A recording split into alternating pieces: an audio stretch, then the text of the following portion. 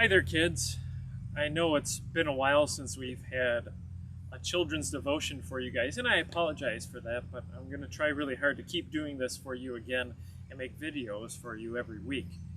Now, the other day, Amber and Asher were out here at our garden. You can see our garden. We got all kinds of different vegetables growing, and right here are our beets.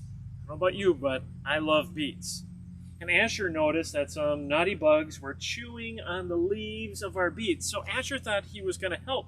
He wanted to rip off the leaf so that those naughty bugs wouldn't eat any more of the leaves. Well, guess what happened? When he pulled at that leaf, he ripped out the whole plant. So we ended up with a tiny little beet when it should be much bigger and needed more time to grow. Jesus uses an example just like that today in the gospel.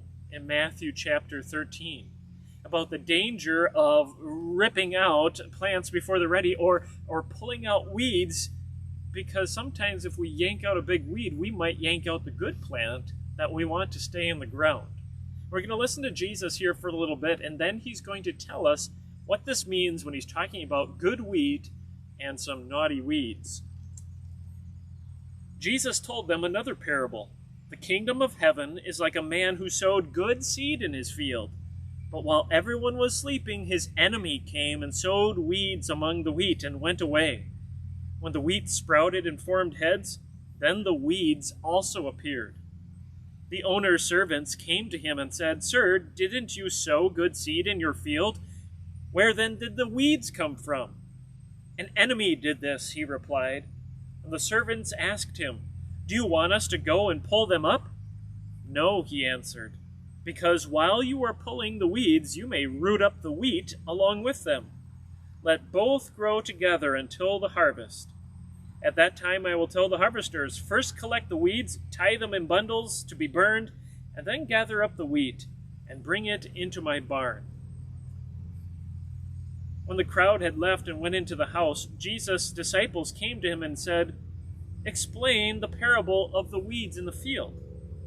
And Jesus said, "The one who sowed the good seed is the Son of Man." That means Jesus.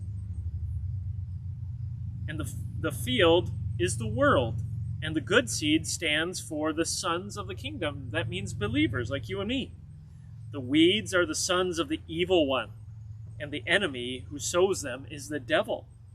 The harvest is the end of the age. It means the last day, and the harvesters are the angels. As the weeds are pulled up and burned in the fire, so it will be at the end of the age, at the last day. The Son of Man will send out his angels, and they will weed out of his kingdom everything that causes sin and all who do evil, and they will throw them into the fiery furnace, where there will be weeping and gnashing of teeth. Then the righteous, meaning believers, will shine like the sun in the kingdom of their Father. This is the gospel of our Lord Jesus. Now remember how I said Asher had a little trouble? He thought to stop those naughty bugs, he just had to get rid of those leaves, and he yanked, and out came the nice plant. Jesus says that unbelievers in this world, people who don't believe in Jesus, they're kind of like weeds. Weeds are naughty, right? They cause problems. Sometimes they even hurt the good plant. But Jesus says it's not our job to pull them up, to get them out of this world. Jesus tells us that's God's job. He says we're to leave those weeds, the unbelievers, be, and not try and hurt them back.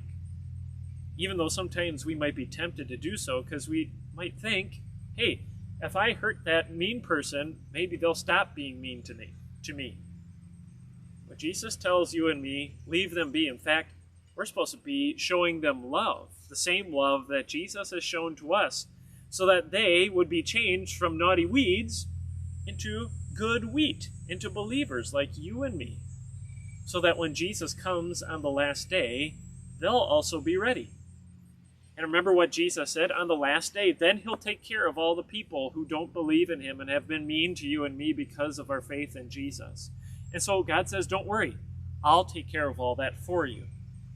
But also on the last day, we get to look forward to the day when Jesus will harvest us, because we'll all be done growing if we're still alive when Jesus comes on the last day.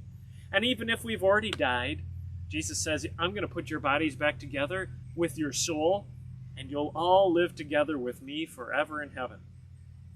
You know, farmers, they do a lot of work. and a lot of hard work, they got to take care of weeds. Or remember, who's the farmer in Jesus' parable? It's Jesus himself. He's going to take care of the weeds. You and I don't have to worry about it. We just get to live right now as the good wheat that's growing in his field, as we follow after Jesus, as we listen to what he has to say, and as we show love to everybody in this world so that they would know about the love of Jesus. You guys have a wonderful rest of your day, and I hope to see you again soon.